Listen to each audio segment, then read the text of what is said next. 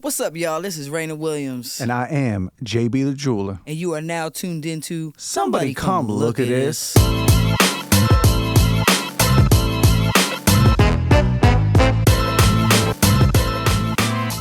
Yo, what's up, JB? Oh, hey, how you doing? How's it going? You know, life is lifing. Yeah. How about you? What's going on? It's going well. It's going well, Reina. I'm doing all right. Most recently, this past Saturday, I went to the New York City Auto Show, 125th anniversary over at the Javits Center. Yo. Went with my man Cello that we Nice. both know. That's what's up. And he invited me to go out there with his family. Word. And so I went out there, rode the ferry for the first time. How was that? Ferry was nice. Yeah. Ferry was nice. $40 to park, not so nice. Not so nice. Not so nice. Wow. But what can you do? It's. Did you at least get a meal on the damn ferry? Oh, no. Did they come around with hors d'oeuvres? No, they don't come around at all. They don't come around at all. Nah, on the not ferry. at all. Get your No asses. snacks? Sit your ass down. Damn. Go upstairs, sit down. There's a guy in a box. There's another guy collecting tickets. That's it? You get on the ferry. Dang. But I mean, How long was the ride, though? I was gonna say it only takes like 5 minutes, Oh, if that. all right. So yeah, you don't need any sort of meal on the ferry, but it was cool. It was a nice little ride. I kept thinking it would be really nice at night. Like the ferry would be a beautiful thing to take at nighttime in the city. But Yeah. in our area, I mean, we're about an hour, maybe a little bit less outside, where you could take stuff over to New York. I guess Hoboken would be the area. Okay. We're in Weehawken. Yeah, they got like an IKEA. Oh, wait, I'm thinking about something else. I'm thinking about taking the boat. You know, so they have it in Brooklyn and shit, right? When you can take the ferry from like by Wall Street across the river to the IKEA. Yeah, that's but it's a little bus. After you get off the ferry, you got to take the ferry to the bus, then to the IKEA. Okay. But yeah, I'm thinking about something else. That was talking about it at IKEA. Going taking a trip to the IKEA, but I mean, it makes sense they would have one down there. I mean, bro, I feel like a bougie bitch because I'm thinking, damn, shopping at IKEA? The first time I took a ferry when I was like a little kid, I was going to Martha's Vineyard. Okay. Yeah, that's some bougie black people shit. That is, yeah. That, you know. I thought Martha's Vineyard was in California. Bro, That no, tells you how much that's I in know about Massachusetts. It's in Massachusetts. So you took a ferry from Jersey to Massachusetts? No, I took a ferry from Massachusetts in this place called Woods Hole. Woods Hole. Yeah, it's the hole in the wood, Massachusetts. I feel like that's a place where like the Keebler elves would be making cookies, and like you got they like pop out of a tree, and you know you're looking for cookies. Not today, not Give me them today. fudge stripes, yeah, bitch. yeah, right. Or else. Like you get fudge stripes for like a nickel, because you know you're coming straight from the source. They don't gotta go far. Yo, bougie and hostile at the same time. I'm about to jack up and for some cookies, bitch. Hey, Yoke him up by the collar of his, finely tailored garment. I need to get on the ferry. I need snacks, but no, because that's why I asked you if they had snacks. Because but that's like maybe the ride is. See, when you a kid, everything seems longer, but I think it's about 30 to 45 minutes from there. One of the trips is longer because you can take a ferry from a couple of different places in Massachusetts and I don't know, maybe Connecticut maybe, but you go and you could park your car because I did this a couple years ago. You park your car and then you go and take the ferry. They have like a bus that comes pick you up and then you go to the place where you get on the ferry and you go to Martha's Vineyard. And my family, fortunately, like my mom's side family had a house up there. Like, it was nice, like to be able to go. Like my grandmother and her sisters, that was their house. I think that they inherited from their parents. And my grandmother's my great grandmother, I never met her or my grandfather, but he was English and Jamaican. So he was like this white dude that had that Jamaican, he had that whole accent going. He was really, really old when I met him, and so he didn't really talk too much, but definitely. And then like my great grandmother was from like, I think she was Jamaican, like but like African Jamaican. Yeah, you I know? was about to ask. Is he one of them white guys with a Jamaican accent? Yeah, He's one of them. Yeah, he was one of them. He's one of And he helped to build the Panama Canal, I think. It was pretty cool, and that was like my mom. That's like my mom's adopted family. But they had a house in Martha's Vineyard, and it was super nice. And like there was like it had like a dining room area, and then it was like this upstairs like. It wasn't bunk beds, but it was like a loft area with 2 beds, and it was like some books. Okay. It was all these, you go there books. when you were like a kid, and they had like the old shit. That's when you play Candyland, and you play with that old Rubik's Cube that you couldn't solve. And they was playing gin rummy, and they had all the card decks and the card shuffle. Yo, I saw some shit. Oh man, speaking about Temu and all of these websites where people just go buy random shit, they act like the card shuffler is some new shit. Like, I literally saw a fucking TikTok that was like an ad. It was an ad for Temu. Look at all these modern inventions. And it was like, okay, that's cool. Okay, like a laser hologram thing. Oh, that's dope. Yeah. A card shuffler. Bitch, what? My grandmother had that card shuffler at Martha's Vineyard with them books from 1975. That shit still fucking works. Well, I gotta say that may be something new for us common folk down here. Listen, that don't take ferries to Martha's Vineyard. That don't have relatives that have a Martha's Vineyard mansion in the family just sitting around with leather-bound books on shelves, It wasn't leather-bound, it just was dusty. It was paperbacks for my like family. Old books. And they had like this other room with like 1, 2, 3 bedrooms in the back. You go down this hallway. It wasn't a long hallway, which, like I said, when you were a kid, everything seemed gigantic. Now, this was a cool place. And I remember years later, so they ended up selling a house after the others, passed on. And then like, we drive past there, and the people had completely like remodeled it, and I was kind of mad at it, cause I'm like, yo, the one thing that I saw that they did made sense, where they changed the front entrance, but it's like I felt like Jenny wanting to throw the rocks at the damn house, even though nothing happened to me in that house. Everything happened to me good in that house. Yeah. Like, it was you got like a lot of that. memories in that house. And I really,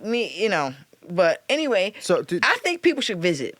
It's not it's sort of bougie, but it's nice. And you can go to the beach, and there's like a lot of old history and like cool little, what do they call them? Merry-go-rounds with the damn, what is the brass rings? What is it? The flying horses. That's what they call it. The oldest carousel in America. Oh, really? And you go around this carousel on these fucking horses that are like these antique, like painted horses. People letting their badass kids get on these fucking things. And they be strapping them in with that old leather shit with the buckle on it. But when you go around, there's this arm that's sticking out that has these rings on it.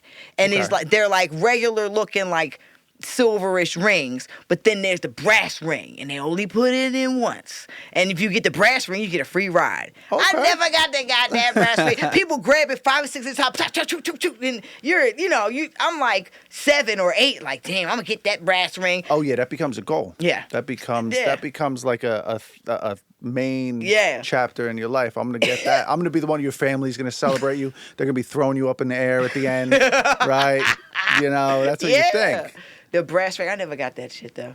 My fat ass, I was a chubby little kid, but it was cool.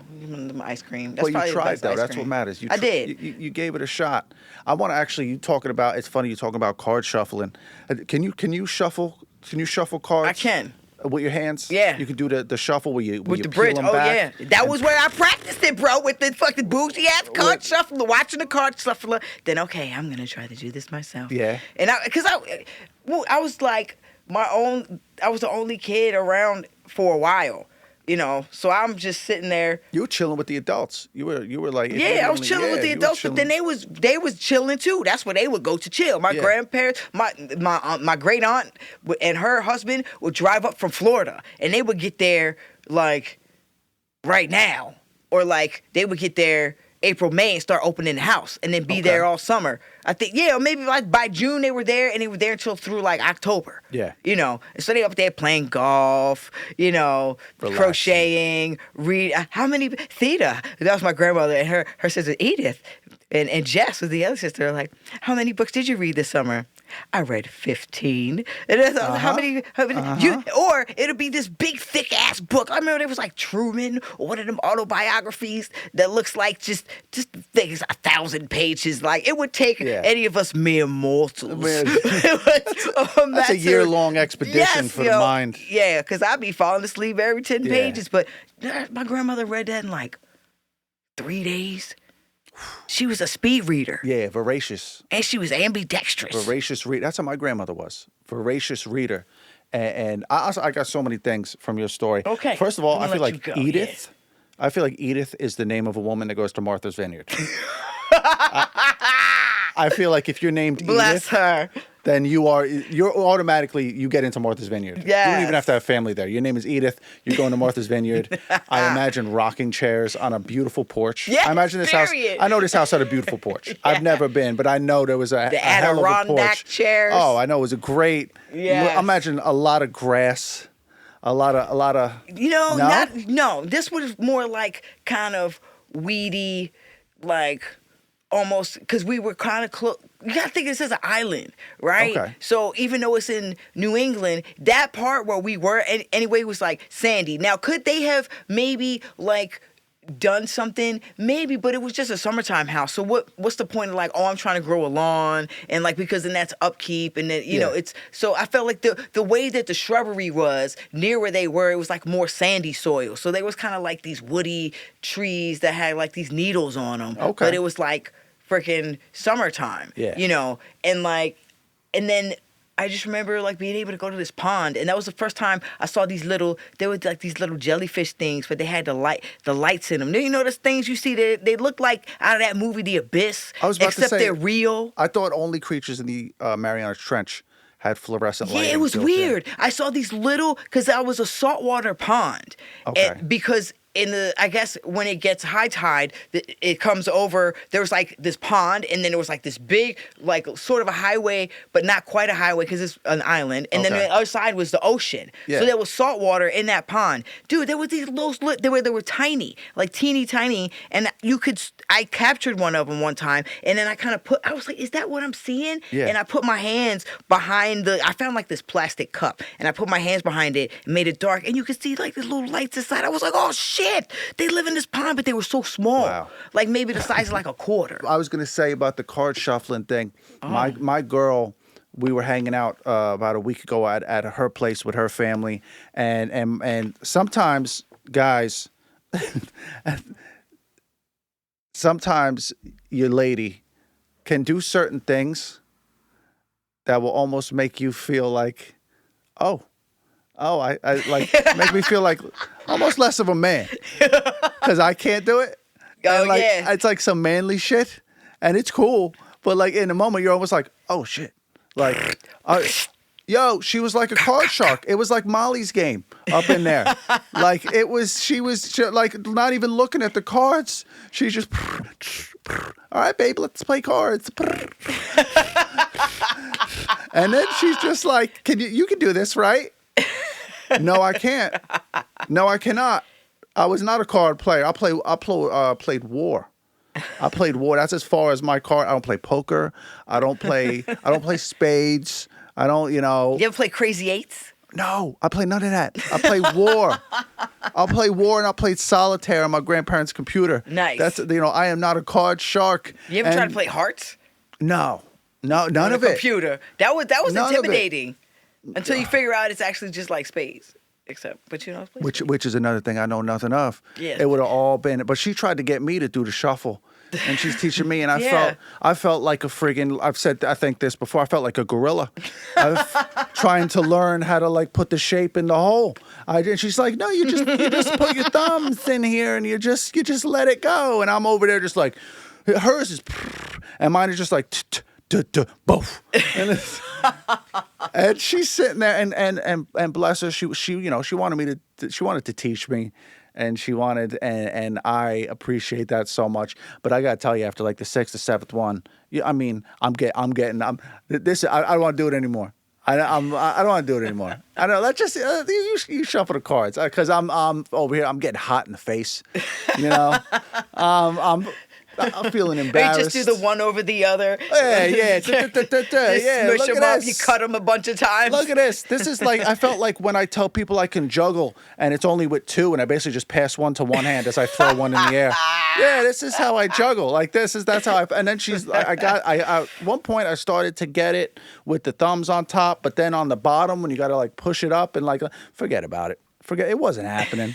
It wasn't happening. Yeah, so shout out to her. She's got the skills with the cards. So yeah, I am not a card shark, and that's what that reminded me of. I need the automatic shuffler. In my life. Word. Yeah, send me the link so that I'll just show up with that next time at my girl's house. I'll just. I'll throw a little work harder, not smarter in there to kind of save face. Next is going to be grandma's going to shuffle the cards and look at me like, you can't do it, really? So I will say this. I practiced for like hours. You got to, yeah. That's all I did. I would sit at they had this little, like, I guess it was like a coffee table or magazine table or whatever. And so I'd sit down at the table, I'd move the magazines out the way, and then I would just grab a deck of those cards that was over there on that shelf and start, and obviously messing up, like putting them everywhere. And Flying they was just outside. They sitting outside reading or playing golf or sitting under the hair dryer because it's Saturday and they going to church tomorrow. You know what I'm saying? So they got to have the fresh curls. Yeah. Yeah, doing all, nice regular lemonade. doing all kinds of chilling with the easy listening adult contemporary station on there. Sailing, take me away. Yes, yeah. I feel like they would have every Time Life collection that ever came out. They had all the Reader's Digest and they had Jet magazine because we was black all day. Okay. Even though they could pass for white women, because they had the Jamaican heritage, and they had like that Caribbean. They were like, well, we black. Yeah, I feel like the Jet magazine would be on the coffee table just to remind anyone that came in, just as a reminder. Like, listen, this is Martha's Vineyard. They had the Jet and the Ebony. That's what it was a little bit more classy than Sometimes the Ebony was. Yeah. I think I don't know. I haven't looked at one in a while, but I think last time I was like, oh, they saying a lot now. And I guess this wasn't for children to be reading. Maybe because I didn't read it. I just was like, oh, look at the pictures, and I flipped through. I've never seen that person. I know that person. Oh, look at that ad. Yeah. Oh, same thing you do in any magazine. They had the People magazine. My grandmother used to love to read the Inquirer. And like I knew that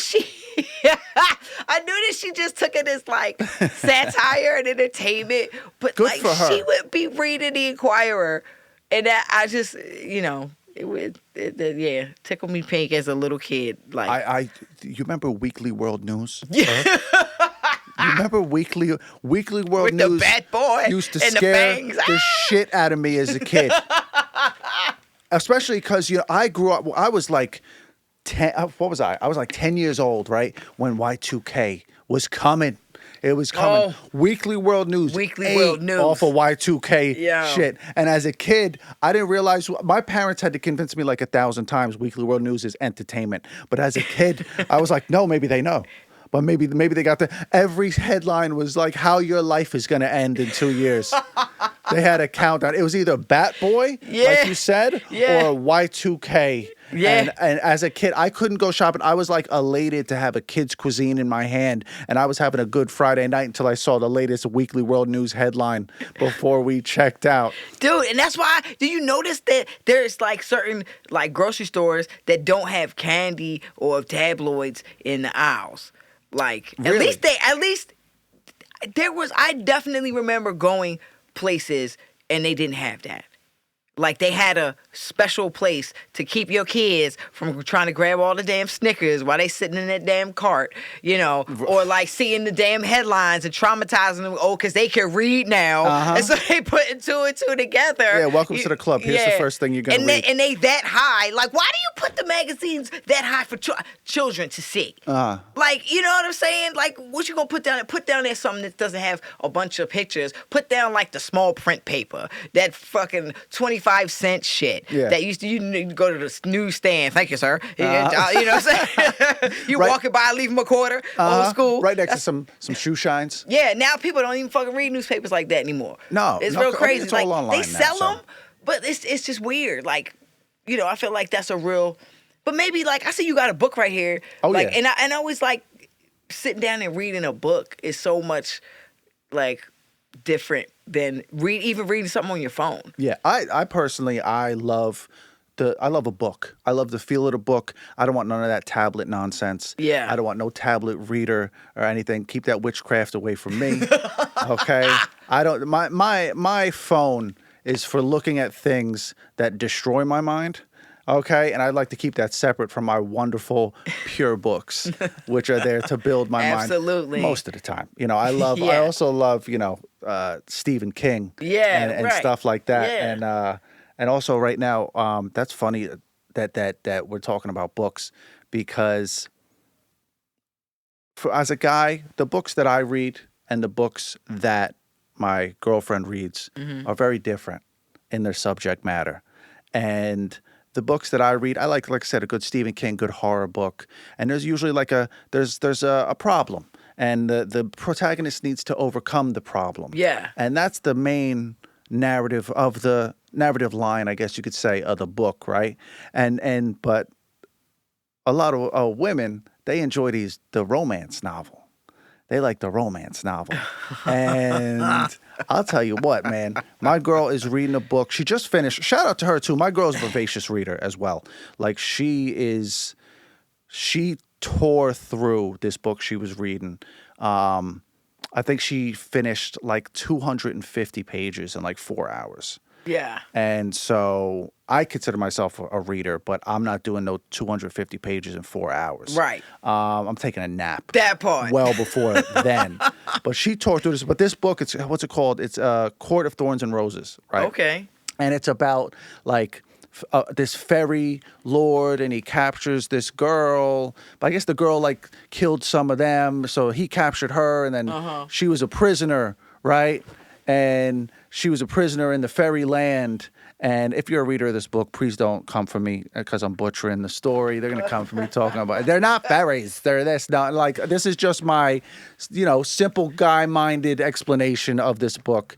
But she's a prisoner, and then he at first, of course, he's very standoffish. Right. But she ends up like kind of falling for her captor. Yeah. And he falls for her. She had a little Stockholm syndrome. Yeah, a little bit, right? And Yeah. then, and I'm sure there's more nuance to it for all Right. the readers out there that I'm not getting.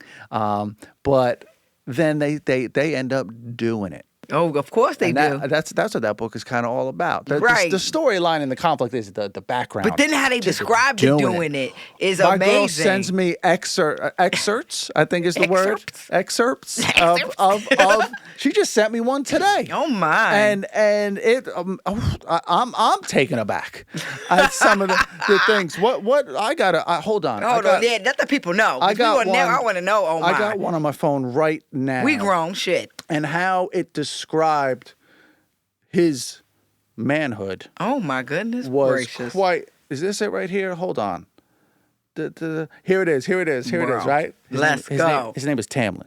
Tamlin got a nerve. Shout out to Tamlin because, the High Lord, as he's called in the book. It's always some shit like that too. It's always some like British shit. Continue. Yeah, I mean, of course, it's got to be the High Lord. Women aren't going to fantasize about Larry that works at the 7-Eleven and how I took off his work shirt that smelled of Mountain Dew and stale beer. They didn't want to read that. They want to read about Tamlin the High Lord and his muscled torso. Oh, Lord and Jesus. his claws that come out when he gets excited. Oh, my goodness. Which I understand. Shout out the Tamlin. writing. The writing is fantastic, but here it is right here, right?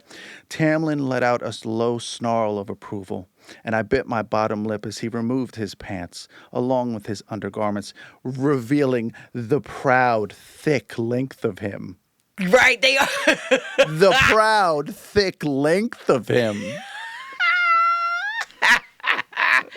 Hey, yo. The description, I mean, it's great writing. Shout out to it, but like... That's so funny that you say that because I used to work at a place where I recorded people reading books. Okay, I was like sitting there in the studio while the narrator was in the vocal booth reading the book, and I was reading along with them. That's cool. And every time you turn the page, you write the time on top. when they get to the, like that. And then when they stop, you would like write a line. Okay. And Does that make it easier for the editing later? Yes. So you don't hear the pages turning? Exactly. And usually the people who were the narrators were good at turning the pages pretty quietly. There were some that were better than others. But there was this lady.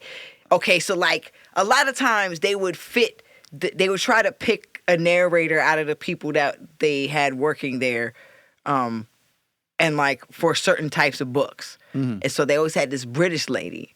Shout out to Corey James, Corey James. She's like this British woman, and she would come in there just looking fly, dude, every day. Like this lady would come to like sit in a booth, but she was like, I'm a professional voice, person. She knew who she was. Yeah, and she just with the belt and this, like, she was definitely like put together. I just remember because other narrators would come in halfway pajamas, like, like that, whatever. Anyhow, she was the one that they always had reading the damn romance novels. So when you when you read that, I was like, I could hear her voice in the long, strong thick of him. Like at one time, I freaking like took a clip of her reading stuff because I was so fucking immature. But that shit was funny because she was just... Because sometimes when she would finish reading certain lines, we would stop and she would be like, oh my. She had to stop and clutch her pearls for a second. And she said, well, this one's getting descriptive. This is spicy. Spicy, ain't it? Yo, that was a cool job though. Like I got to read there was this different narrator, Bob. Love Bob. Bob. Yeah, shout out to Bob. I feel like Canada. Bob wasn't reading any romance novels. No, he wasn't. He was this older African American gentleman. He was tall. He kind of reminded me of like Kareem Abdul-Jabbar a little bit. Okay. But he was a really good voice actor.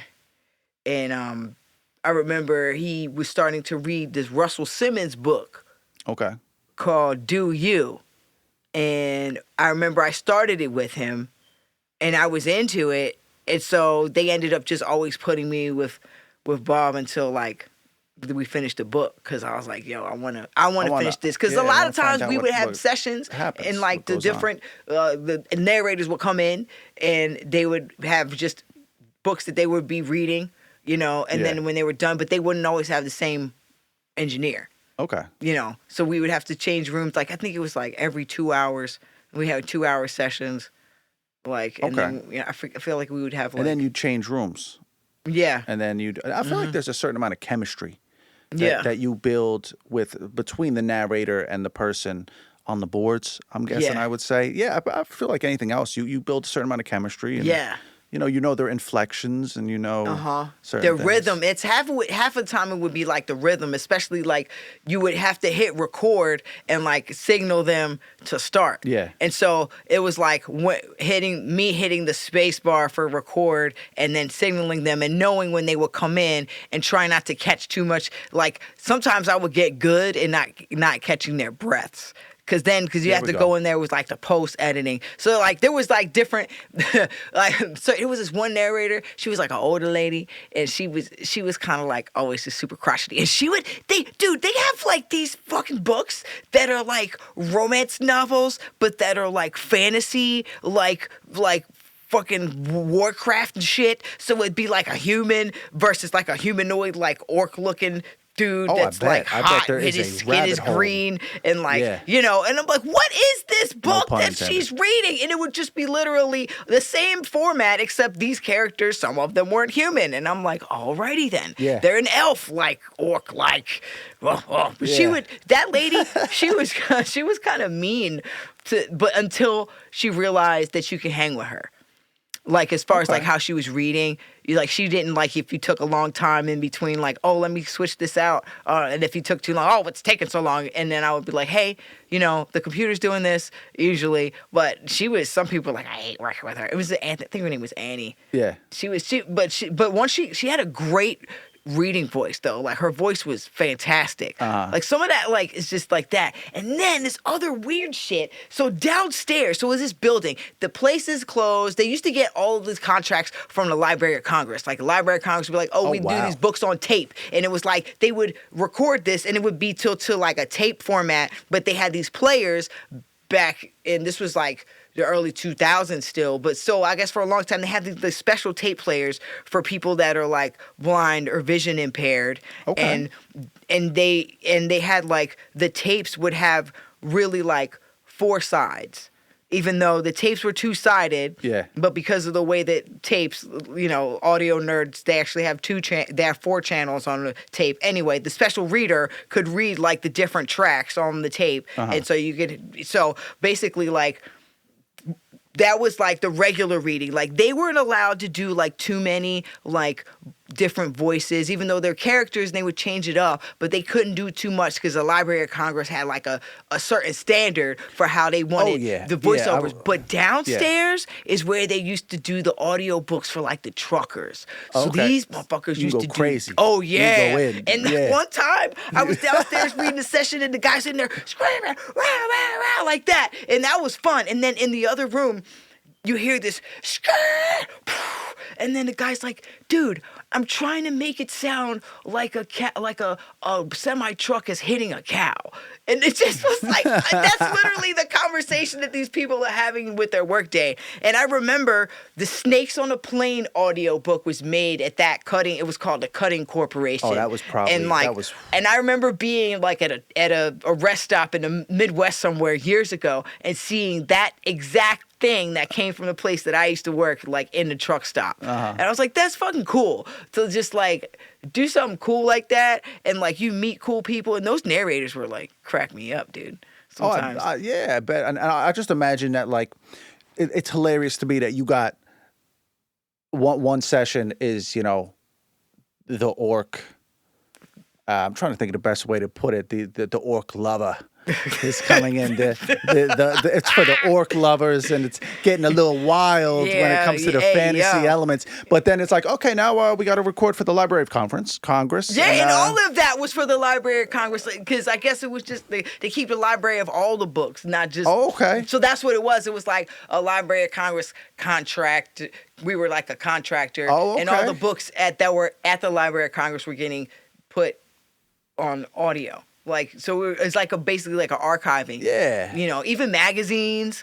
Like I read one magazine about Lil Wayne, and like it was like interesting just because I didn't really know his story too deep, but it was like the literal Lil Wayne magazine, like really? About him. It was like I forget what edition it was, but it was like a double 20 XL page, or like a source. Or something like a 20-page article. Oh yeah, one of them like special edition. It was super interesting, super dope. Like to learn about him, Yeah, Lil Wayne, man. Lil Wayne, I remember listening when I was younger, in probably elementary school, listening to the Hot Boys, right? Cash Money Millionaires, Baller Blocking, Number One Stunner, The Block is Hot, Yeah, the block, Get Off the Corner, like all them, right? That was the Lil Wayne that I grew up on, I came up on. And I gotta say, I love Lil Wayne. I loved all the Hot Boys. But if you were going to tell me in 99 or 2000, Lil Wayne one day is going to be on the level of a Jay-Z, and he's going to be the one that gets the mainstream love, I would have been like, you're crazy. You're out of your mind. But like Lil Wayne made this crossover in the late 2000s, man. I think Lollipop is the song that started that. That song, yeah. Like for me, again, as an early Lil Wayne fan, Carter 1, Carter 2, I think are like some of his best albums. Wasn't the biggest fan of like the Carter 3 and everything, but like Wayne, man, it is an amazing story. Like I guess you're talking about like his upbringing and how he came up, but it's also just amazing how he transcended. He was a gangster rapper, right? He was a street gangster rapper, and then he transcended. And no offense to white girls from Malibu Beach, Laguna Beach, California, but I would not expect them to be listening to Lil Wayne, but it happened. It happened. Yeah. You had all types of people. Yeah, that shit was crazy. And how he was signed when he was like 12 years old. Yeah. And the background of like him being like so incredibly intelligent, but his mother didn't know what to do with that. Mm-hmm. Like like they were talking about how he would come home like talking about science, and I think he graduated from like an Ivy League school. Like, did he really? Yes, I think that happened Like in an the past. Ivy League college? Yes, I don't know if feel there's Ivy League high schools, university. No, yeah, he definitely is super intelligent, and I think that, you know, because like the way that he branded himself and the fact that he, at the time when he was rapping, he was living a certain lifestyle, and being, people don't think that a person that lives like that can be really super intelligent. They might maybe business savvy, you know what I'm saying? But like literally like, oh yeah, no, I'm gonna, cause it's stereotypes about rappers, but then when you start to really listen to his lyrics and like, especially at certain times, you're like, this dude is fucking brilliant. And like they're like him just taking the fucking, studio with him everywhere he went. He was always recording. And that's why it was like one year he released like 100 songs or some stupid shit like that. I mean, his like I said, his run in the early 2010s was crazy. The amount of mixtapes he was putting out, the amount of features he was getting on. Yeah. And also, as you said before, about like there is kind of a myth about like the fact that like a street dude can't be super intelligent. That is a myth. That is a complete myth. I know I lived in Newark for a little bit, even down in Florida, in Tampa. I've met some real street dudes. Some of them did half their lives in prison that were extremely intelligent. Yeah. And honestly, me personally, some of the dudes that I got along with the best and had the best conversations with were dudes that were a bit older and had done a lot of time in prison. And had, because I mean, what's really better at the end of the day? Is it book smarts or street smarts? Mm-hmm. What's more applicable to everyday life? That's one of my favorite movies, honestly, is Bronx Tale. I might have spoke about this already, but Bronx Tale, Sonny says in the movies, like, listen, get 2 educations. With me, you get the education in the streets, but stay in school, get the education in the books, and then you'll be unstoppable. And then no one can pull the wool over your eyes. And yeah, that's definitely a myth. There is, but also too, in that environment, the intelligence doesn't exactly, from what I've seen, get rewarded. It doesn't really pay to show your intelligence in that environment, because I think it can be looked at as very threatening. Yeah. To the other dudes who maybe will be a lot more violent but are a lot less intelligent, and so you almost want to hide it. Yeah. You still are living, and these are your boys and your people, and you don't want to be out there like showing them up and become a target. You still want to be accepted, Yeah. And so I mean, there's J. Cole is another super intelligent rapper. Oh yeah. A lot of rappers, I feel like, even street rappers. Like, I don't like the term gangster rapper. Nah. I feel like it's almost, it's kind of corny. Yeah, that used to be a thing. Yeah, it was really a thing back in like the 90s, like the West Coast. What they called them on like 2020, when they did the stories about like your kids in the house, because the gangster rappers, just to scare people, honestly. Yeah. Like, I'll think it's just more like street dudes, because not every dude from the streets is a gang member. Right. And yeah, man, I feel like there are a lot of street rappers. There's a reason they went as far as they did. Mm-hmm. And part of it is because of their intelligence. Word. And because they weren't willing to just crash out at every opportunity. And like, honestly, crash out nowadays has become a term that like some of these kids use. Oh, I'm a crash out. And to me, that's lame as shit. Yeah, like, dude. You don't want to be a crash out. You don't want to be a crash. You used to call them crash test dummies back in the day. You don't want to be a crash test dummy, because No, you don't. What does a crash test dummy do? They sit in the car as they gain information and they crash out. They don't go anywhere. Mm-hmm. They're basically pawns. Like, you don't want to be that. Like, you don't want to crash out. No. You shouldn't crash out. No. Like, don't do that. But yeah, to get back on the topic at hand, yeah, like there are a lot of rappers out there. I mean, one rapper that he could get a little out there with his thoughts, and it's a little much for some people, Kevin Gates. Yeah. If you ever listen to Kevin Gates, like, he could be a little contradictory sometimes. Yeah. But aren't we all? Like, he says some real shit about life too at times. Yeah, he has some moments. He definitely has some moments, for sure.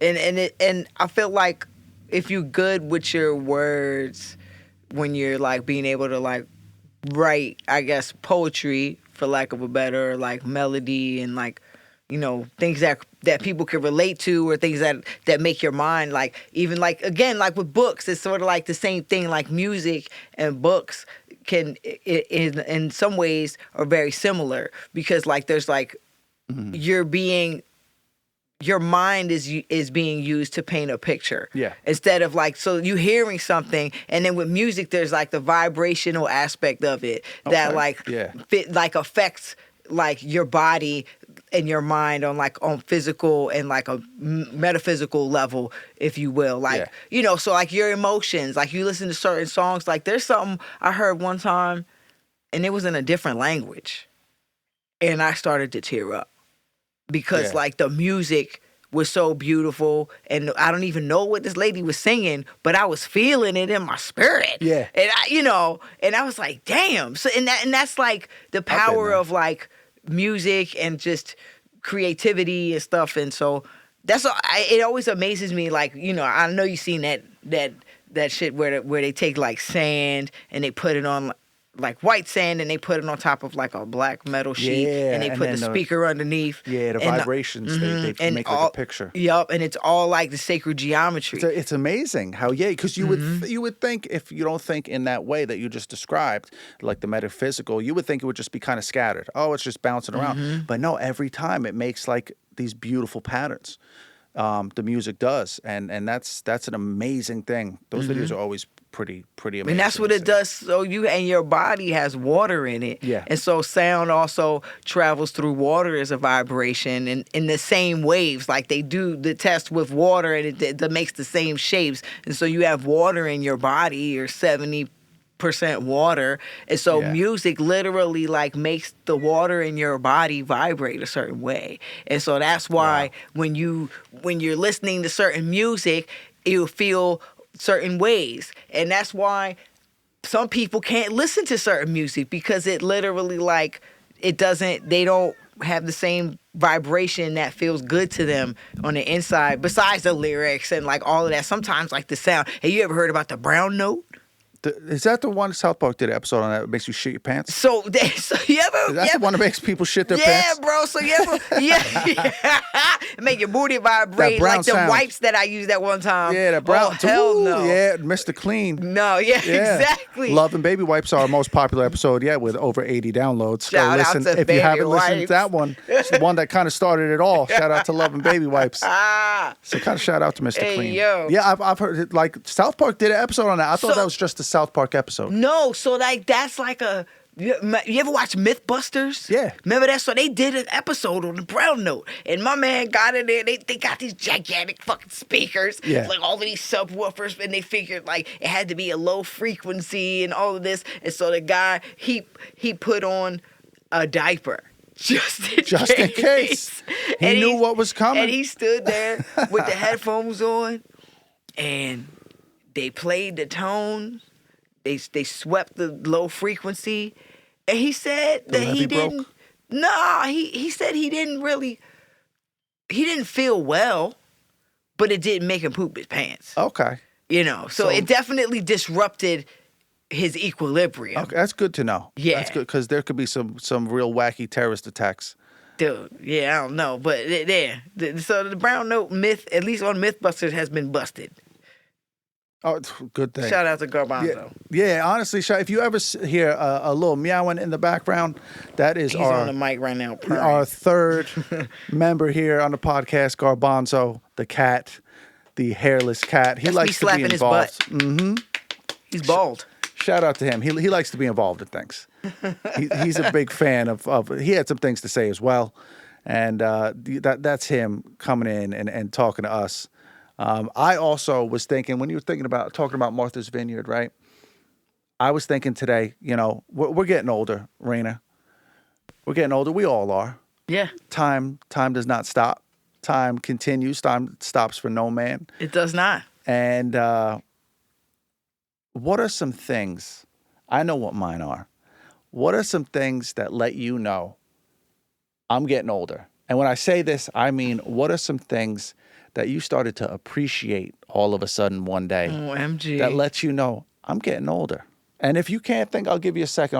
You want me to start with one of mine? Yeah, you start. Okay, I'm going to start with one of mine.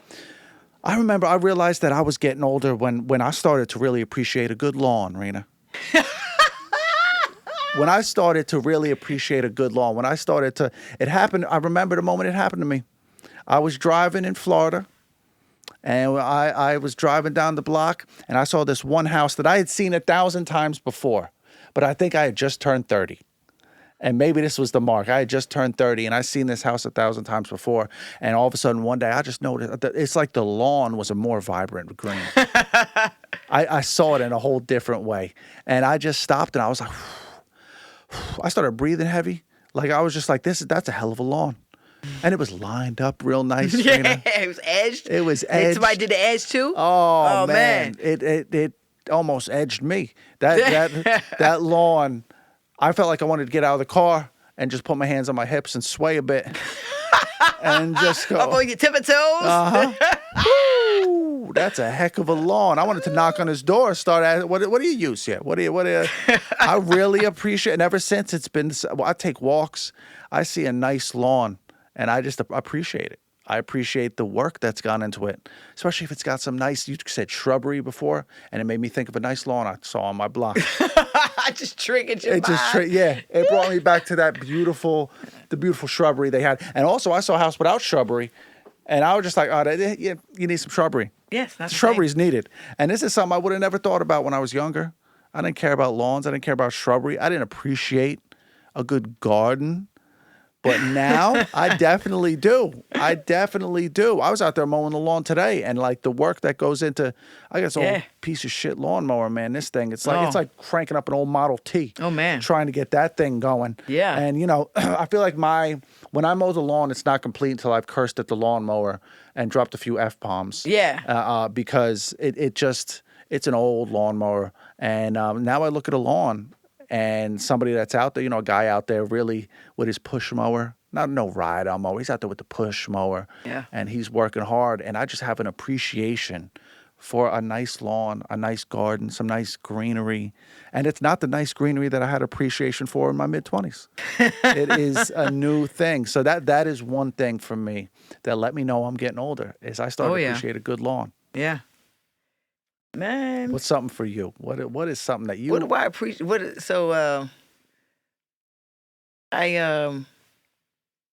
I think that I really feel like I've been getting older because I want to buy a grill. I know what you're talking about. But not just one of them little, we going out that little round shit with the little legs on it, put the charcoal in it. I want some knobs. I want that bitch to have wheels on it so I can move it around. Got to put a cover on it. I got to chrome that bitch out. Put some shine on it. Make sure you know what I'm saying? I know exactly what it's funny. Yeah. I want to wax that bitch. Yeah, you want some LED lights. Yeah, I don't know if I want no LED lights. You don't want the knobs with the LEDs? Oh yeah, the knobs. Yes, the knobs with the LEDs. With like a blue LED? I thought you was talking about some old other shit, how they pimp out cars and stuff. Yeah. That fart when they run down the street. We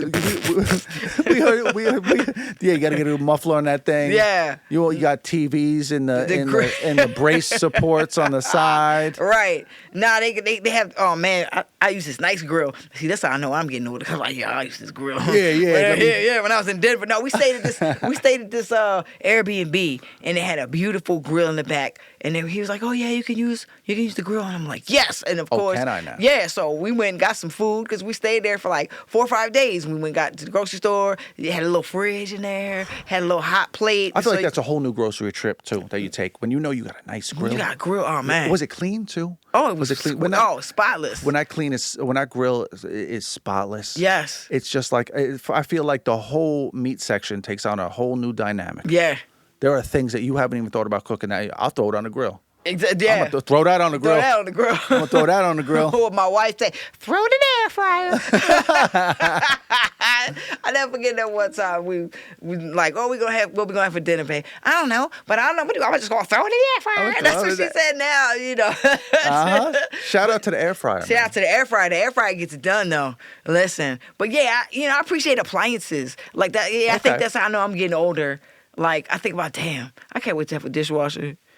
That has all the different settings. Bro. that like, has a thing in there that it might do this on all of them. Somebody's like, oh, you don't have a spins real dishwasher? well. No, bitch, I don't. I live in an apartment, and I Yeah. got to wash a dish every day, every night. Good hand wash the wash. dish, hand wash. A good Wash. hand I don't wash. even use the gloves. That old Tia Edith in Martha's Vineyard, she always wore them damn yellow gloves Them to big wash rubber dishes. gloves that come up to the elbows. Exactly. That's how she would wash the dishes. Yeah. Oh man. I bet you those dishes were squeaky clean. Squeaky. Squeaky And they had a clean. dishwasher though, but you couldn't put everything in the dishwasher, Of course, especially yeah. back then. They have all of them extra little settings now with the little ingredients that you put in. They got the squeezy thing, and then you got the tablet. Back then it was just the tablet, or they like to use the gel. When did you close the thing? See, this is how you know you're getting old. You remember old school dishwashers and shit. They had wood paneling on the front of them. You know that's some old people shit right there. That's how I know I'm getting they had older. dishwashers with wood paneling. Oh hell yeah, on the front. Like, yes, they did. Like the Vans. Yeah, like the Vans or like the 1970s basement.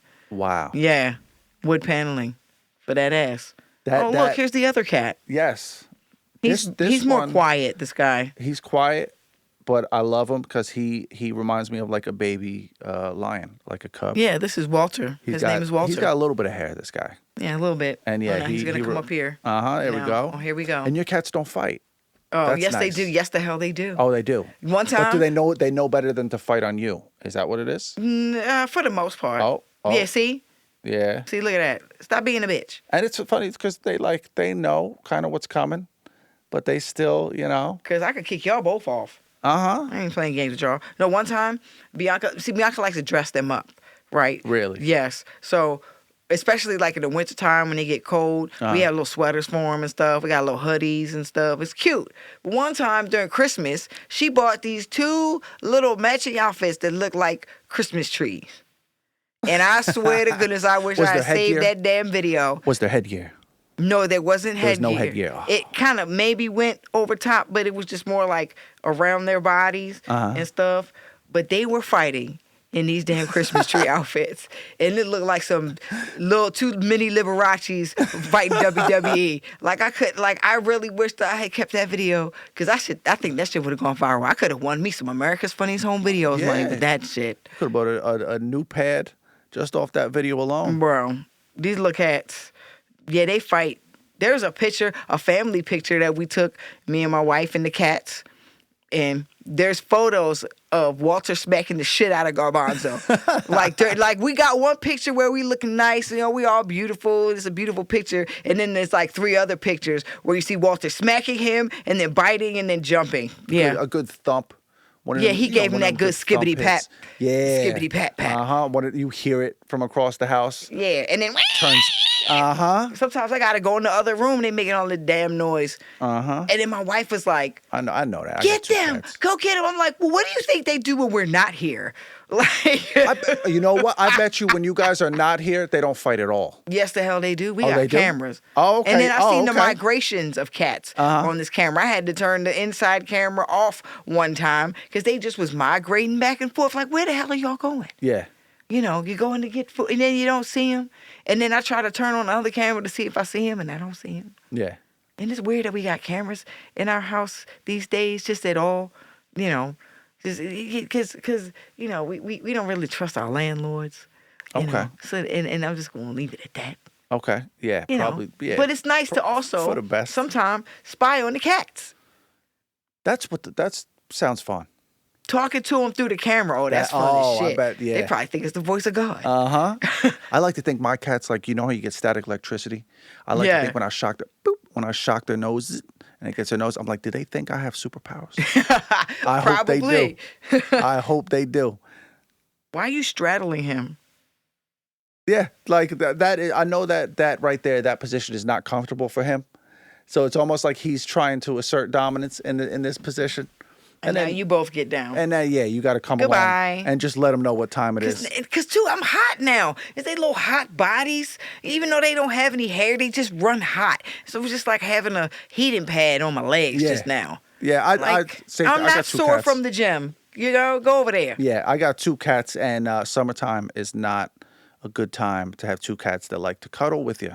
No. Love you, but it's hot as shit. And these bitches get sweaty and sticky. Not really, really sweaty, but like they lay on you, say you got shorts on, and they little skin touching your skin, and then it gets hot, and it's like all sticky. Like, get the hell off of me. I feel like that would be too much. Too much. That would be like having an old leather couch on you at all times. At all times. And I want to actually say one more thing that I also started to appreciate as I got older. It was not outfits on animals, on pets yet. Not there yet. I'm sure I'll get there though. Yeah. I'm sure that's coming. But I appreciate a good minivan. I appreciate a good minivan. Minivans are tight. Minivans are tight. And they get more tight. Especially nowadays. Toyota Sienna. The Toyota Sienna is a magnificent minivan. And honestly, minivans over, because from what I told you in the beginning, I believe I talked about going to the New York Auto Show. Yeah. Right? It should be called the Truck Show.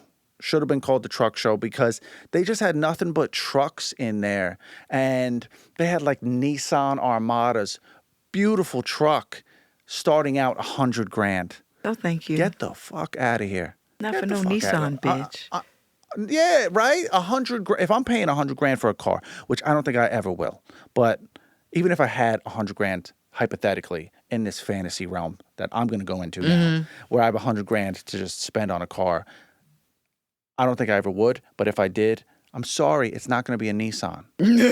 I'm not spending $100,000 on a Nissan. Absolutely not. I want a stunt, right? Yeah. But basically, like what it was is that they said that the sedan is going away, that the sedan is becoming like this relic because people would just rather get crossover SUVs, I guess they still call them, or like mini SUVs, rather than a sedan because it has a bit more room and you have a bit bigger trunk. Right. But that's why I got one. Like, I used to drive a Nissan Sentra. Yeah. And that was cool and cute, but then, it just started having problems because of where they build their stupid transmissions, and so... And I was like, I need a little bit more space. I have a band. I like to go camping. I want to all-wheel drive because we live in friggin' where we live. Yeah. And so there's snow and like that. And eventually want to live in the mountains. And like, I wanted something reliable, so I got a RAV4. Yeah. So that makes sense. Yeah. But I personally, man, I still love, like the Toyota Camry was there. The Camry is sexy, bro. And it's sexy. And it's a good looking. Yeah. I love you. I mean, you got a Toyota. I love Toyota. I had a 98 Camry. I swear to God, I felt like I could have filled up the gas tank with Nutella and that thing would happily purred its way down the block. The Camry is probably the most solid car ever made. Yeah. I think, in my opinion. That thing will outlive you, it will outlive your children, outlive your grandchildren. It will last generations. Okay, like the Camrys, man, and that Camry starting out $36,000.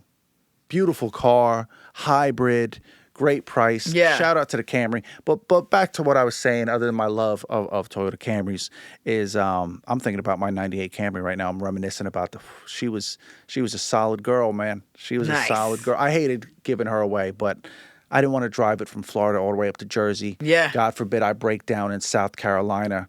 I start having Texas Chainsaw Massacre things go through my head. Deliverance, banjo playing. Yeah, I'm good on that. And but I appreciate a good minivan. I got an Uber last night, and Toyota Sienna. I guess it was a model, I'm guessing the last 5 years, if not newer. And I sat in that thing, had captain's chairs.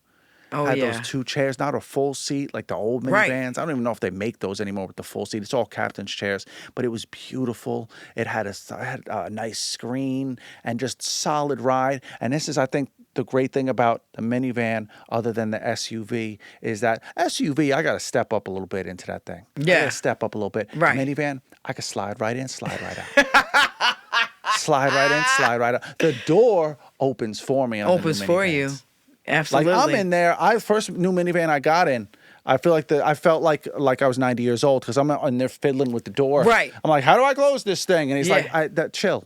Chill. Yeah, right. And that door just went... And they get pissed off at you too. Like, don't be fucking trying to open the door. Yeah, Listen, leave it alone. Don't mess up the motor. Listen. Don't Get your hand off that. Don't touch that. That handle is not for you to touch. Right. Even when it opens, it's that handle is for firefighters. If that car is wrecked in a crash, that is the only time that handle gets use. Yeah. Because that thing just click, click, and like I said, I could literally just like I was walking down the block, just one step, boom, and I'm out. I'm ready to go. So I love a good minivan. I'll look at a minivan nowadays. Like all my buddies were looking at the fast cars. They were looking, oh, it's got 800, 900 horsepower. I don't give a shit about that. All right. I was like, where the Buicks? Yeah. I want to look at a good interior. Yeah. I want to sit in a good, and also I wanted to look at the Maseratis, but Maseratis will not let you sit in them at all because they don't want your poverty butt in their seats. They don't want, the smell of a bad credit report or the smell of unpaid student loans tainting their Maseratis. Hey, yo. So that when Mr. Withers shows up with his ascot, ready to buy one, he doesn't get in there and go, what? Smells like poor people. smells like poor people here. Smells like Payless shoes were worn at one point in their life. I can smell it. One pair of shoes for the whole year. I am not interested in this Maserati. Where are the consegs? I am no longer interested in this vehicle. So, yeah, man, they didn't have any minivans or Buicks at the New York Auto Show. I guess they don't get the people going. But I mean, those new Buicks definitely ain't the Buicks that Tia Edith drove. Ooh, what did she have? She always drove a Buick. I don't even remember Enclave or no, she didn't have, it wasn't, this was before they started making SUVs and like trucks. Okay. It was, I don't even remember what type of Buick. She just always had a Buick. What year was it? Because my grandfather had a Buick that I loved. I think it was a LeSabre. Buick LeSabre. I don't know. Man. She liked the LeSabre. And my grandmother had a Cadillac. She had a DeVille. Okay. And with the it wasn't even like a rag top, but it was sort of like a faux. Like, it was just a two-tone. Yeah, I know what you're talking halfway. about. Yeah, and it was nice, man. And she used to have rims on it, like chrome rims. Yeah. And I don't think she knew what she really had until one day I went down there for the summer. And my grandmother used to live in Florida. And she had an Eldorado, and then she had a DeVille. And she had this, it was like a green, like a hunter green with like the sparkle paint. With that half back. Wait a minute, and she lived in Florida? Yeah. She was fly as shit and she didn't even know it. She didn't even know it. And then she had those rims, so I shined them rims up. And one day we were driving back from the supermarket, and this car, it was like maybe 4 guys in there in their 20s. They pulled up and they were like, "Damn, Grandma." I was about to say, when you describe from the years I lived in Florida, when you described the type of car that she had, I was like, I know for a fact some of the dope boys were looking at that car pull up on the curb. Pulled up. And she had the white walls, bro. I was about to ask you, did she have white walls? And not the big fat white walls, but she definitely did not scrub them white walls. And the white walls. She had the chrome damn grill. You got me talking like Cat Williams. Jesus, the interior was the fucking vanilla like leather. Oh, the steering wheel had the stitch on it. I bet. Some of them dope boys out there try to buy that offer. I've seen that happen in Florida. Where you have, like I said, an old person pull up, and like I said, they don't know how fly their car actually is. It's just, they just keep it nice, and they think that this is, and they don't know how, like, sweet their ride is. And I've seen some of the dope boys come up with their finest manners and try and buy it off them. Oh, yeah. And sometimes it works. Yeah, Mrs. Wilson wasn't having it. She liked her car. Oh, I bet she did. Yeah, she loved that thing. She had the DeVille. Yeah. And what was the other one you said? She had an Eldorado. And an Eldorado. Not at the same time, but I think she had the Eldorado before in the DeVille, because the DeVille was like more sleek. It was, and I'm picturing it in my mind. It wasn't a big body one, but and across the back it had like the red lights like all the way across where you hit the brakes. You know what I'm saying? Like, it was so nice.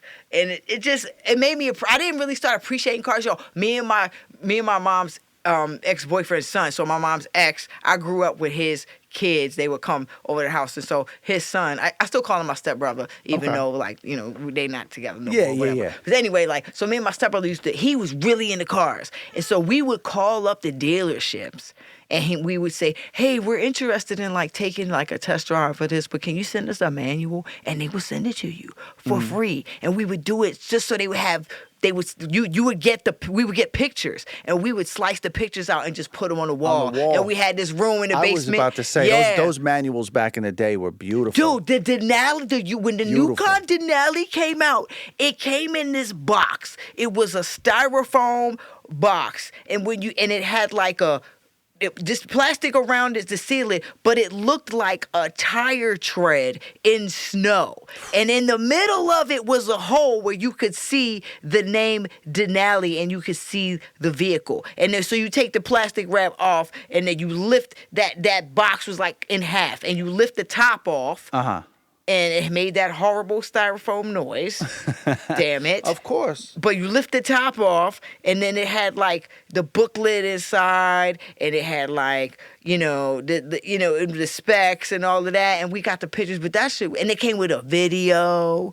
Like I feel like packaging back in the day, everything was amazing. It was everything. The amount of effort that went into the packaging for anything back in the day. Like I used to get the video games and they used to come with a book about the game, about the world, about everything. I remember that book itself looked like a novella. Yeah, like it did. The book. I bought a game the other day. I got it in. That booklet was 4 pages long. It said play the game, and that was it. That was the end of the book. That like it didn't have anything in it anymore. Oh, man. That's because they want you to pay for stuff. I was just talking about this with my boy the other day. I was like, bro, like, now they got all of this downloadable content and XYZ. But before, you just play the game, you beat all the levels, and that's it. That's it. Like, you just beat the game. It's all in game. And it had the booklet, and it described the characters. And then they had, like, the magazines, and then, like, the walkthrough books. Because they sort of started making the games a little harder. They were like, well, we got to make more money off of this. And so they would make the walkthrough books for, like, certain games, and, like, to tell you where all of the stuff was hidden. Like, basically the programmers. Good strategy guide. Yeah, there you go. The strategy guide with your little cheat codes and I loved a strategy guide. They like some of them strategy guides. Would be. I'm so excited. I'm skipping over my words. The strategy guides used to be like hardcover and thick, and I always used to have to get one of those. And I saw they don't make those anymore. No, they don't. Do not make those anymore. I mean, nowadays you got all the streamers that do the walkthroughs and everything. But come on, yo, it ain't the same. Honestly, half the time I gotta hear this freaking jerk off yell and scream and over the game and like I don't give a shit about any of that. Maybe that's another part of me being old. But I saw a strategy guide that I used to have that I swear to God I bought for $30. That thing was going for $200. Come on, yo. $200 because they're just like they're antiques. They're now. Rare, yeah. I mean I sort of get that, especially because with how big gaming is and like collector's items, and I feel like leagues, which is that cool. Stuff, I guess people will hold more value than, like they said, baseball cards are like obsolete. Really? Yeah. I feel like Pokemon cards now are like they're having a resurgence. Yeah, that they're a big which I think back. I had a binder full of Pokemon cards that I just wish I knew where that was, because I see all the time now like some of the old Pokemon cards that I had from like the 90s and the 2000s are worth insane amounts of money. That's even more dope. than just like the ones that you would obviously think are worth money. Just the regular ones, because I guess the layout is different or whatever. Yeah, because I feel like even though like baseball as a sport is cool, like baseball cards aren't really relevant anymore. Like they were talking, I was reading this thing about like what things that were considered collector's items are basically worthless. And the two things that stood out to me was baseball cards and model trains. See, I love a good model train. Me too. Have you ever been to the train thing? That reminds me of my age. Up in the like during Christmas time in the city at the Botanical Gardens, they have this crazy train display. And everybody got to get up there. Do they still have it? Every year I think they have do. it. Yeah, I think I saw Every it on year. Instagram actually. Not You long gotta ago. Yeah, go this past Christmas. if you into trains and like I am. miniaturized things and Love it. small things Big and just fan. even some of them trains are kind of big for as model trains go, but they'll even tell you to see how much to scale each of them It is? are. Yeah, That's and so cool. it's just a cool exhibit, and just the botanical gardens, especially during the holidays, is a pretty magical place anyway. I've never so been. I highly recommend a trip. So if you're ever in New York or close to New York or traveling, and I know it sounds like a nightmare to travel to New York City during the holidays. Yeah, it is, and but it kind of might be. You can make it happen. You can make it happen I've and done make it work. And there's definitely things that I think are a highlight, and that's one of them. I think you should try to avoid to go see that big ass Christmas tree. Yeah, Like, it doesn't look as big in person. It's big, and it's the amount of lights that are on it that's kind of, astronomical. A lot of lights, but I mean, I am. There's a lot of people out there. It's just too many humans. But I definitely got to take a trip to the botanical gardens. You hear that, babe? We are going. I know you're listening, and I love you for listening. I want to shout out her for a second. She listens to every episode, my girl, in full. Right away when it drops, and she gives me her feedback, and usually she tells me how great she thinks. Actually every time, I shouldn't say usually. She didn't ever tear me down. She always tells me how great. She didn't hit me up like this one was shit. Well, yeah, you gotta be better here. No, every time she hits me up and tells me how much she loves the episodes.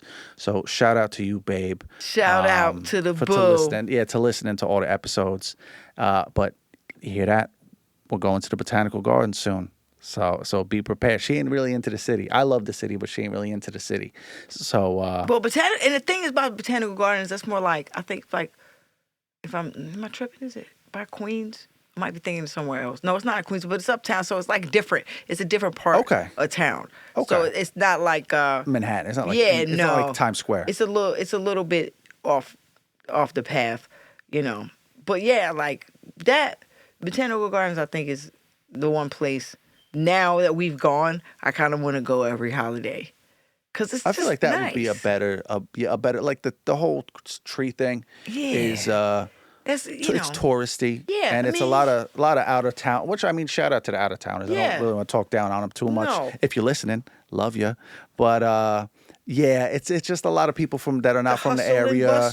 They're not walking fast. They're not walking fast. Come on. Right? They're all over the escalator. Let's go. They're not on the right side of the escalator like you need to be if you're stationary. The left is a passing lane on the escalator. For anybody out of town, and it's, we're from Jersey, right? But we're close enough to the city where we know how to move in the city. Yeah. And anybody out of town, you come to the city, one of the first things you need to learn, it's just like driving a car on the highway. Left is for passing. Exactly. So if you are going to walk slow, you're going to you got to stay to the right. Okay, don't be all over the sidewalk. Don't be all over the escalator, especially. Bro. Left is for people with suitcases and people that need to be somewhere. Yeah. If you want to stay still on that escalator, you stay your ass on the right side. On the right side. Please stay your ass on the right side. Okay. Or you will get pushed, and nobody will say excuse Nobody me. cares. And you'll have to fucking deal with it. Nobody cares in the best way. The best way. Everybody. And then they'll start slowing down, taking pictures of shit. Step onto the curb. Step right up to the curb and move out of people's way if you want to take pictures and selfies. And don't stand in the middle of the goddamn sidewalk. Don't stand right in front of the goddamn store, because people still got to walk past. Pass on the left, bitch. Take your ass all the way to the edge of the curb so you can take your selfie with the little damn dangling damn snowman or whatever his name is, Santa Claus, for the jingling the bells trying to get money in the damn bucket. If you're gonna be in Times Square taking pictures with the people in the mini outfits getting ripped off for the picture, don't be all over the place. Just please abide by the rules. And if you go on a train, don't be scared of somebody yelling showtime. Okay? You're not gonna get kicked in the face with the professional at Showtimers. They actually do that semi-professionally. Yo, you remember they had the signs? See, you don't really go. I don't know if you know about It's Showtime. It's Showtime. It's Showtime. You know about it? It's Showtime? Oh. So it's in New York City subway, there's these guys that go, it's showtime, and then they'll turn on a speaker, and then they'll start, like, using the poles and stuff to do acrobatics and, like, swing around and do flips, like, on a moving train. And so, yeah. I know about that. I've seen it. It's Not in showtime. person, but I've seen it. Yeah, so, like, there was a few of the crews that were really good, but they, I can see how you could be annoyed by that because, you on the train trying to enjoy it, and then all of a sudden it's some motherfuckers like flipping, shirtless dudes, little guys like flipping around and I'm not gonna lie, around. that would freak me out because I watched Power Rangers as a kid. I'm like, this how the putties came into the scene. I know these moves. Yeah. I'm like, this how the putties came in. Okay. So it would have me on my P's and Q's. Yeah, it's showtime, and I'd be like, the hell it is. Yeah, and then it got so bad with all of these other, I guess, people really trying to make money doing it. And so all of these guys to where they would have like signs on the train, like, it's not showtime, it's traveling time. It's or traveling some time. Shit. And, Sit like, your ass down. Exactly. Like, stop Sit swinging your on the ass pole. down. And like, just New York subway culture. And like, I used to do busking in the subways. Okay. Playing for money. That's what it's called, busking. Uh-huh. And I actually shot a music video off of an interaction that I had with a person that saw me playing, and he was like, "Oh, I shoot videos," and he tipped me and he gave me his card or whatever, and then it's actually for a song called Epiphany. Okay. And half of the video, like we actually went into the subway and shot a couple of scenes. Like, it came out really good, and so like big shout out to old dude for doing that. I'm so bad with names these days. That's how I know I'm getting old too. Yeah. I'm having the senioritis, the senior moment. Yeah. But Gregorio, that's his name. Gregorio, Shout out to that's Gregorio. a hell of a name too. Yeah, for shout out for to doing Gregorio. this thing with the video and like, So I feel like we covered a lot of topics today. Yeah, this one flew by. I'm gonna Yeah. be honest. These just start to fly by, and before you know Yeah. it, we got a lot of things we laid out on the table. For sure. I feel like honestly, the next episode I want to talk about some of your. I know you got stories from busking. I know you got busking stories. Do I?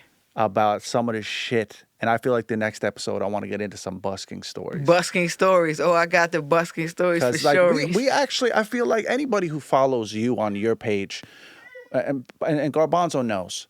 Anybody who has followed you already knows about your musical talents. But I feel like we haven't really touched on it yet on the podcast. Word. And I feel like next episode I want to speak on that. I want to speak on your all the different things you've seen and been through. I've heard a bit about it, like on our own conversations. Yeah. But you got some great stories, some funny stories about just being in the music business for all the years you have. Word. And the things you've seen and the weird things and the triumphs and the trials. And I feel like a lot of people, maybe it could help them, other artists, hearing about your experience and also like being where you've been and all the different festivals you performed at. You're very accomplished. Oh, thanks, man. You're I really very appreciate accomplished, that. and I always love hearing about it. And it's always awesome to hear from somebody who has done it and stuck to it and kept to it. I mean, I look at the guitars in the corner every time we record this. I got a Fender shirt on right now. Like, I play guitar still. I played a Fender when I was younger, and I like the shirt. But you really do it for real. And so, yeah, next shout out to you. Oh, thanks, Reina. man. It's your studio we do this in. You were so gracious to invite me out here, and I am very thankful for that. For you inviting me out here to do this, because it's been a great experience doing this with you. And yeah, the next episode, I really want you to tell some of your stories, and I feel like the people would really enjoy that. Hell yeah. All right. We definitely will have some music business story time. There we go. Hell yeah. And on that note, we'll catch you on the next episode of Somebody Come Look at This.